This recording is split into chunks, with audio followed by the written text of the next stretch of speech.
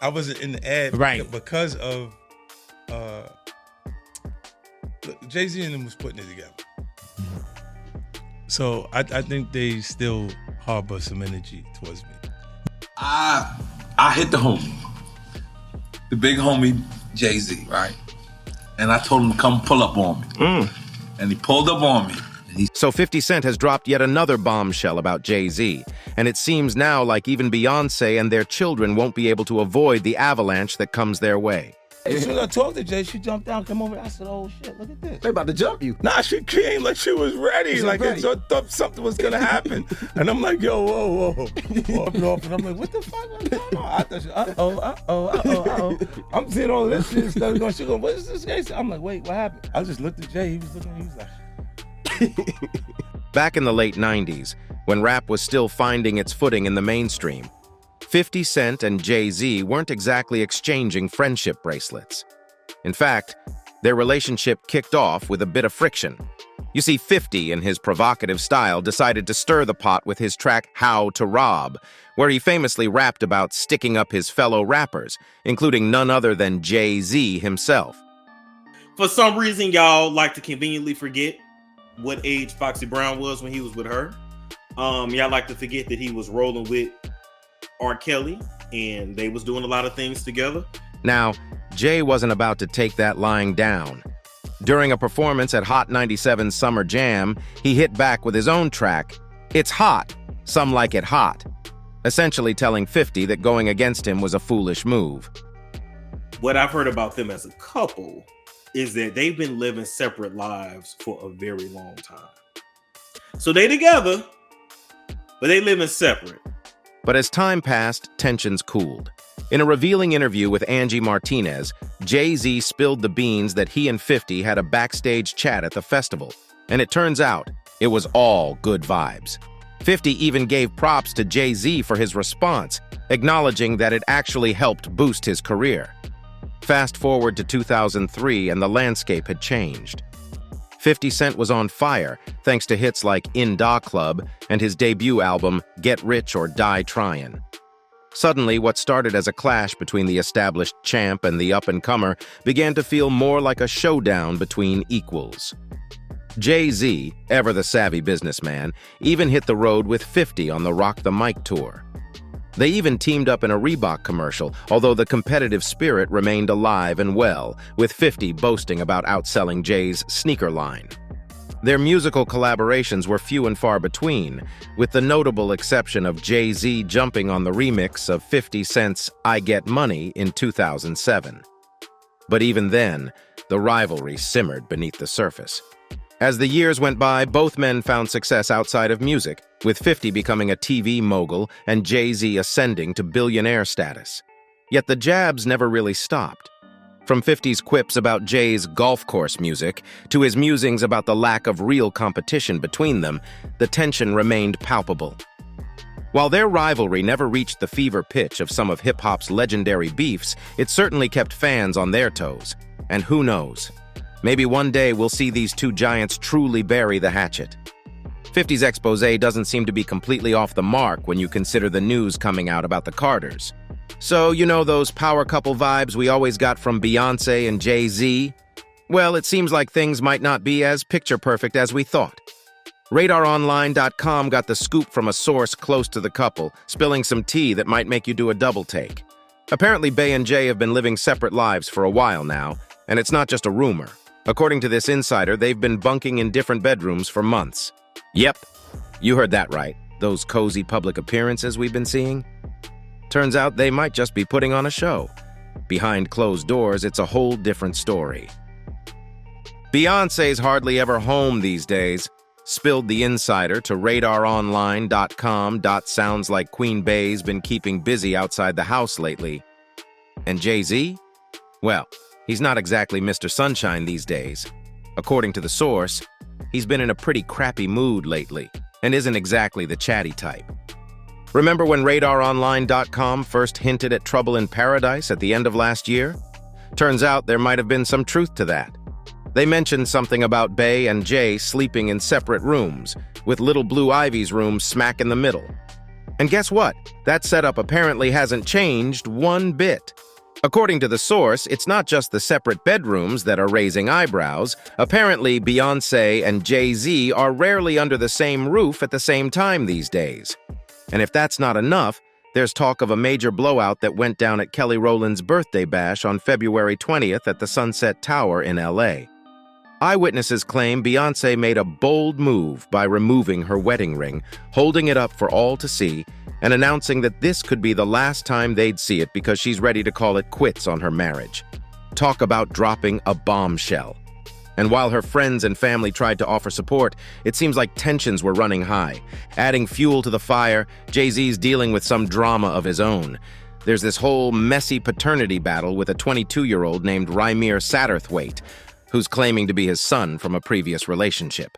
Yikes. Beyoncé and Jay-Z are undeniably one of the music industry's power couples. I mean, you can't deny the sheer star power they bring to the table. With a bunch of Grammys under their belts, these two have been topping charts since forever. Their love story started back in 2001, and man, did they hit it off. Collaborating on music projects left, right, and center during the early 2000s, they were practically inseparable. Finally, in 2004, they decided to make things official and tied the knot in a super intimate ceremony. And let me tell you, the world was all ears. Watching them build their family over the years has been nothing short of heartwarming. First, there was their daughter in 2012, followed by twins in 2017.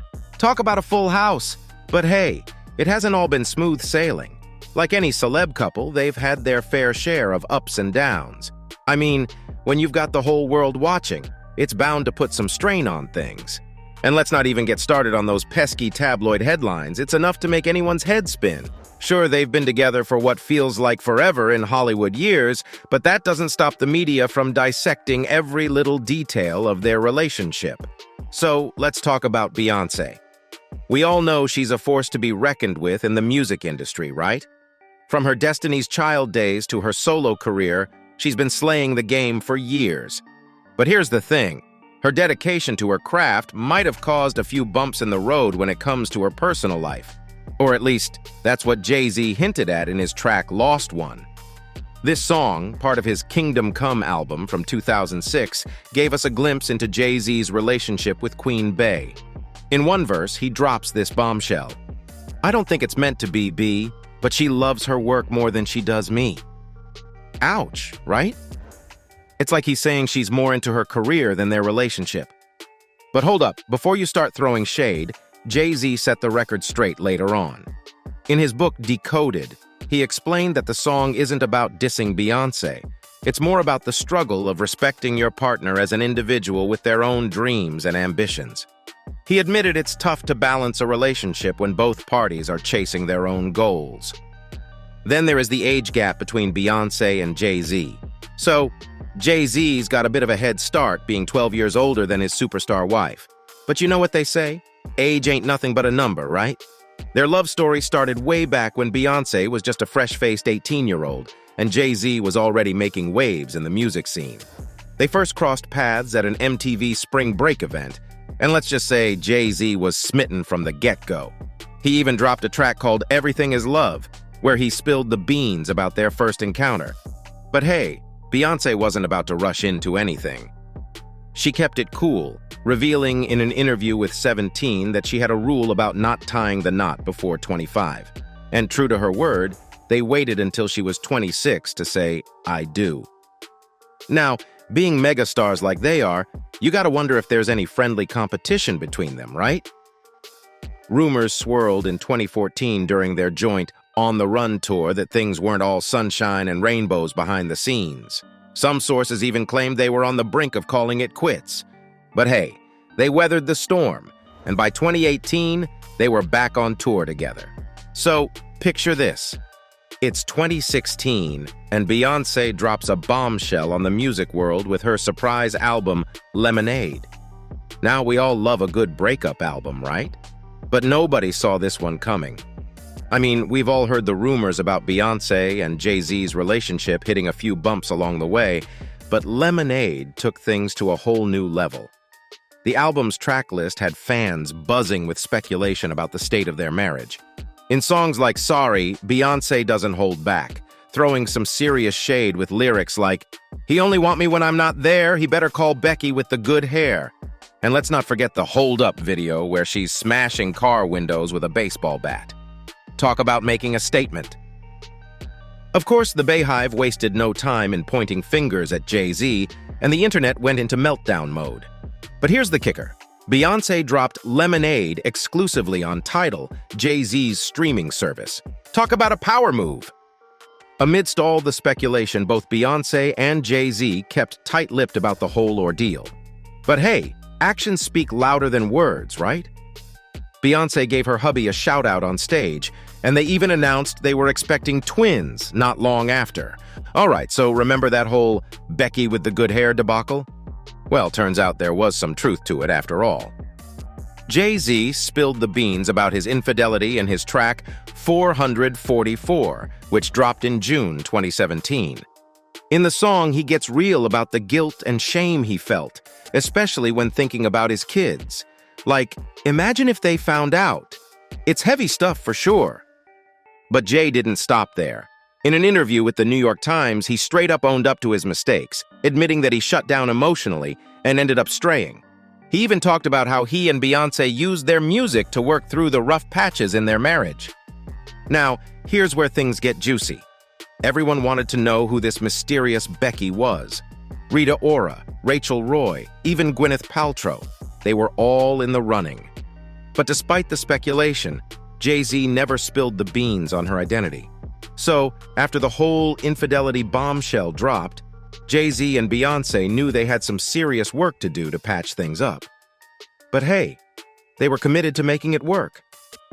In an interview on David Letterman's Netflix series, My Next Guest Needs No Introduction, Jay-Z got real about the struggles they faced and the effort it took to save their marriage. He gave major props to Beyoncé for being understanding and sticking by his side through it all. "We did the hard work of going to therapy, and we love each other, right? So we really put in the work," he admitted. In another interview with the New York Times, he dished out even more details about their therapy journey. "It's all about being aware of your emotions and how they're connected," he explained. "And let me tell you, that self-awareness is a game changer. And you know how pop culture loves to stir the pot and speculate about celeb relationships? Well, Beyoncé and Rihanna found themselves in the middle of one of those juicy rumors. It all started when Jay-Z teamed up with Rihanna for her mega hit Umbrella back in 2007. Fans couldn't help but wonder if there was more than just music brewing between them. And let's be real, when you're as big as Beyoncé, you can't help but keep an eye on things. Reports started swirling that Beyoncé was a tad suspicious of Rihanna, especially since she'd also collaborated with Jay-Z on other tracks like Talk That Talk and Run This Town. Hollywood Life even quoted a source saying Beyoncé was keeping a close watch on the situation. But hey, Jay-Z wasn't exactly banned from working with Rihanna. Despite all the speculation, it seems like there's no bad blood between the trio. Rihanna's been a solid supporter of Beyoncé and Jay-Z over the years, and get this, it was actually Beyoncé who pushed for Rihanna to get noticed by her label. According to music producer L.A. Reid's memoir, Beyoncé recognized Rihanna's talent and made sure she got the recognition she deserved. After the glitz and glam of the 2014 Met Gala, Beyoncé, her sister Solange, and Jay-Z hop into an elevator together. But things take a turn real quick. TMZ got their hands on some footage showing Solange going full-on ninja mode on Jay-Z, throwing punches left and right while security tries to break it up. And get this, Beyoncé doesn't seem too fazed, just standing there like it's just another Tuesday. Now, why did this whole brawl go down? Well, according to sources, it all started with some drama between Solange and fashion designer Rachel Roy, who's been rumored to be linked to Jay-Z's cheating scandal. Apparently, Jay-Z said something that rubbed both Beyoncé and Solange the wrong way, and that was the last straw for Solange. But hey, despite the chaos, the trio released a joint statement afterward, keeping things pretty vague. They basically said they'd worked through it as a family and owned up to their parts in the whole mess. Still, the public was left scratching their heads, and if you thought the drama was over, think again. Jay-Z dropped a track called Kill Jay-Z in 2017, where he not so subtly references the whole elevator fiasco. Talk about airing your dirty laundry in public, right? Also, it seems like Beyoncé might have a bit of a protective streak when it comes to her man, Jay-Z. According to sources close to the singer, she's not exactly thrilled about other women getting too cozy with him. Take, for example, an incident at a Jay-Z after-party in 2018, as recounted by actor Tiffany Haddish, who's pals with Beyoncé. Apparently, there was this mystery woman who got a little too touchy-feely with Jay-Z, and let's just say Queen Bey wasn't having it. Tiffany spilled the tea, explaining how Beyoncé swooped in with that "don't mess with my man" vibe. And while she didn't exactly say it, her body language spoke volumes. Talk about a protective queen. Now, Tiffany dropped a few hints about the whole ordeal in an interview where she explained how she ended up snagging a selfie with Beyoncé. Long story short, Beyoncé basically told her to chill and have a good time, even though Tiffany was ready to throw down. But 50 didn't just go after Jay-Z, he has also historically gone after someone who is now very firmly in the media spotlight for sinister reasons: Diddy.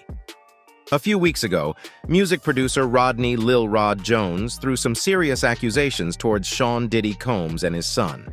According to an updated legal complaint, he alleged a major cover-up surrounding their involvement in a shooting incident back in 2022. This added a whole new layer to Jones's original lawsuit, where he already accused Diddy of some pretty serious stuff like sexual assault and harassment. Now, in these filings, Lil Rod claimed that either Diddy or his son, Justin, were behind the shooting of Justin's friend, referred to in the complaint as G, at Chalice Recording Studio in Los Angeles. Apparently, this all went down during a heated argument between Diddy, Justin, and G at a writers and producers camp at the studio. Things escalated to the point where shots were fired in a nearby bathroom, just a stone's throw away from Lil Rod. According to the complaint, Lil Rod was understandably terrified of being caught in the crossfire and feared for his safety as the shots rang out.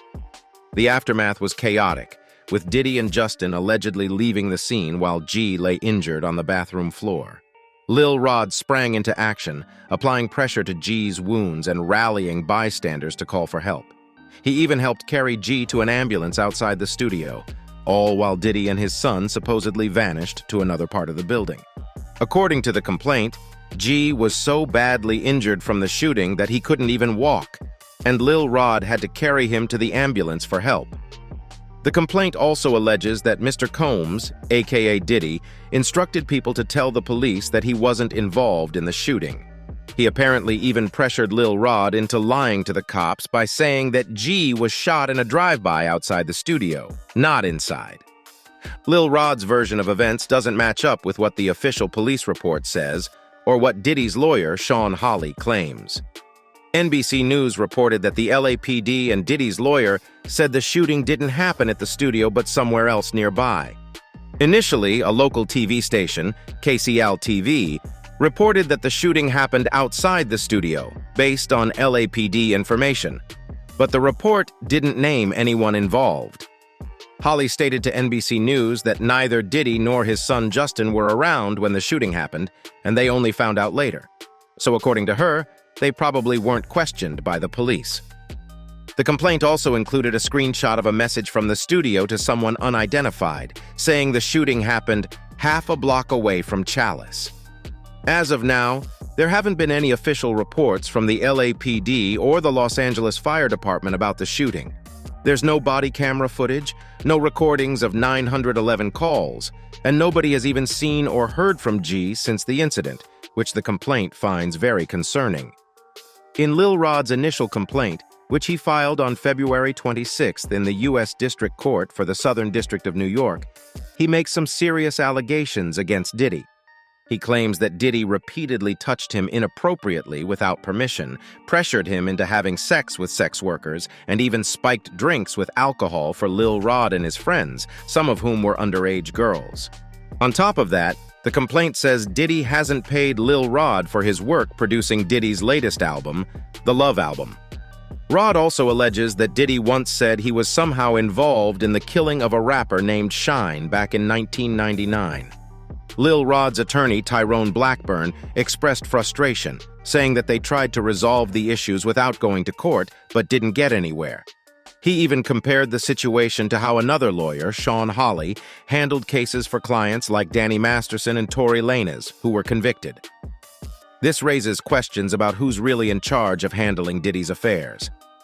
Interestingly, Lil Rod is the first man to file a lawsuit accusing Diddy of sexual assault and harassment.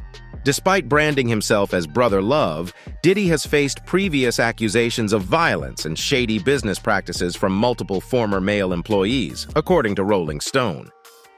In November, Diddy was hit with 4 other lawsuits alleging sexual abuse, starting with a disturbing case filed by his ex-girlfriend, model and R&B artist Cassie. Cassie made some serious accusations against Diddy in a lengthy legal document claiming he raped and abused her. She alleged that he forced her into sexual activities with male sex workers while he watched and also played a role in her struggles with drug and alcohol addiction. These allegations surfaced at a crucial time, just before a New York law called the Adult Survivors Act was set to expire in November. This law allowed individuals to come forward with allegations of sexual abuse even after the typical time limit for such claims had passed. Interestingly, Cassie and Diddy reached a settlement the day after she filed the lawsuit. After Cassie's lawsuit became public, at least 3 more women filed similar suits under the New York statute before it expired. One woman, named Liza Gardner in the lawsuit, accused Diddy and singer Aaron Hall of raping her and a friend in either 1990 or 1991. Another woman, Joy Dickerson Neal, accused Diddy of raping her in 1991, allegedly recording the assault and showing the video to others. Then there's a woman known as Jane Doe, who filed a lawsuit alleging that when she was just 17 in 2003, Diddy, along with former Bad Boy Records president Harve Pierre, and another unnamed man sexually assaulted her and forced her into sex trafficking. Following this flood of legal action, Diddy, who has vehemently denied all accusations against him, stepped down as chairman of Revolt, a media company, in November. Additionally, plans for a reality TV show centered around his life and family were scrapped in December. Diddy took to Instagram to address the accusations, stating, "Enough is enough. I did not do any of the awful things being alleged. I will fight for my name, my family, and for the truth." And now, Diddy's inclusion in this is interesting because he and Jay-Z have been friends, close friends, for a very long time. And it definitely is not implausible that Jay-Z has engaged in and enabled the things Diddy has done. And the worst part is, he's probably not alone in that. During an interview on the Club Shay Shay podcast with Shannon Sharpe, Usher revealed that he, along with Jay-Z, Diddy, and Pharrell Williams, had discussed the idea of forming a supergroup. They even had some secret meetings to hash out both the creative and business aspects of the project. Unfortunately, despite their enthusiasm and intentions, the plan never materialized because each member was tied up with their own individual projects. Usher shared, "Jay-Z, Pharrell, Diddy, and I were supposed to form a group. We talked about it quite a bit, had some secretive meetings to plan it out. We discussed the music we wanted to create and the business side of things. But with all of us juggling other commitments, we just couldn't make it happen, although I was really eager for it to come together." In recent years, American singer-artist Diddy has found himself entangled in various legal battles and lawsuits, according to Rolling Stone. These legal troubles span a range of allegations, from violence and abuse to rape accusations. But even before these legal challenges emerged, Diddy faced criticism from fans due to his rumored relationship with Usher. It's common knowledge that before Usher rose to fame, he was mentored by the Coming Home hitmaker. Usher lived with Diddy from the age of 14, and he has shared stories about the unconventional lifestyle he experienced during that time, which included some pretty wild moments. During an appearance on The Howard Stern Show years ago, Usher mentioned being sent to Puffy Flavor Camp and witnessing things he wouldn't have encountered otherwise, which he found curious and sometimes uncomfortable. Despite this, when asked if he would ever send his own children to a similar environment, Usher responded with a resounding hell no. Fans have speculated that Usher may have been subjected to abuse during his time with Diddy, especially after Diddy accidentally disclosed that they used to share a bed when Usher was just a teenager. However, Usher himself has never made such claims. In a recent interview with The Art of Dialogue, Gene Deal, Diddy's former bodyguard, made startling statements about Usher's relationship with the hip-hop mogul. According to Deal, Usher was allegedly groomed by Diddy, sparking controversy within the music industry. Deal expressed surprise at Usher's apparent admiration for Diddy during a podcast appearance, given their complicated history. "I know, and people know that was around in that time, that Puff Daddy and Usher did have a situation," Deal stated. "And that situation led Usher to the hospital. Now, I'll let Usher explain that to y'all. I'll let Usher tell that story. But how dare you say a man that groomed you gonna give him a pass? Bruh, you know I know." A few years back, Wendy Williams didn't hold back when discussing Foxy Brown's memoir. The talk show host suggested there might be some juicy secrets in the singer's past. Williams even went as far as to accuse Foxy of having a romantic relationship with Jay-Z before he got together with Beyoncé. During her show, Williams urged Kim Osorio, presumably the book's writer, to dig deep and spill all the details. She emphasized the importance of revealing everything, saying, "Kim, please don't hold back in your writing. If you're going to tell the story, tell it thoroughly." Williams recalled the days when Foxy Brown and Jay-Z collaborated on the track I'll Be in 1996, hinting at their alleged romance during that time. Williams didn't mince words, claiming, "There were rumors that Jay-Z and Foxy Brown were romantically involved. I'll say allegedly, but we all know what was going on. Yeah, Foxy allegedly got with Jay-Z before Beyoncé came into the picture." At the recent Grammy Awards, Jay-Z brought attention to a notable omission in the Recording Academy's voting history. Despite Beyoncé's impressive tally of 32 Grammy wins, making her the most awarded artist in Grammy history, she has never clinched the coveted Album of the Year award. Jay-Z, while accepting the Dr. Dre Global Impact Award, pointed out this discrepancy, stating, "Even by your own metrics, that doesn't work. Think about that. The most Grammys never won Album of the Year. That doesn't work." While Beyoncé remained composed as the camera turned to her, there were audible cheers of support from the audience at LA's Crypto.com arena. This long-standing oversight becomes more glaring when considering that Beyoncé has been nominated for Album of the Year 5 times. Her nominations include her 2010 album I Am Sasha Fierce and her feature on Lady Gaga's The Fame Monster in 2011. Her subsequent nominations for her solo albums Beyoncé in 2015, Lemonade in 2017, and Renaissance in 2023 were all highly acclaimed and could have easily secured her a win in the category. Lemonade, in particular, was widely regarded as a frontrunner for Album of the Year. The album delved into themes of Jay-Z's rumored infidelity, exploring generational pain and racial inequality, making it not just musically accomplished, but culturally significant. Across 12 tracks, Beyoncé seamlessly blended various genres, including reggae, rock, hip-hop, soul, funk, country, and electronica, accompanied by a visually stunning visual album. Despite the acclaim, when Adele won Album of the Year for her third album, 25 Inches instead, she dedicated her acceptance speech to Beyoncé, calling Lemonade a monumental album and expressing her admiration for Beyoncé as the artist of her life. How much of that was PR and how much of that was true remains to be seen. That's all for the video, folks. Thanks for watching.